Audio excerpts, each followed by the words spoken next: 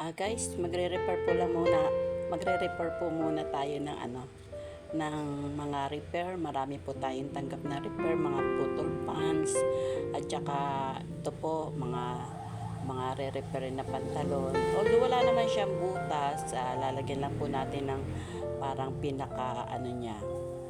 Para kung mapalka pa lang po yun sa kasi pantrabaho po to eh. Ayan po, panoorin nyo po.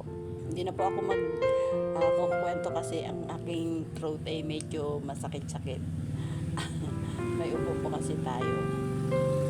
Please watching my video. Thank you so much sa mga followers ko, viewers, at sa lahat ng naniniwala sa aking mga ginagawa dito sa aking content. Thank you po.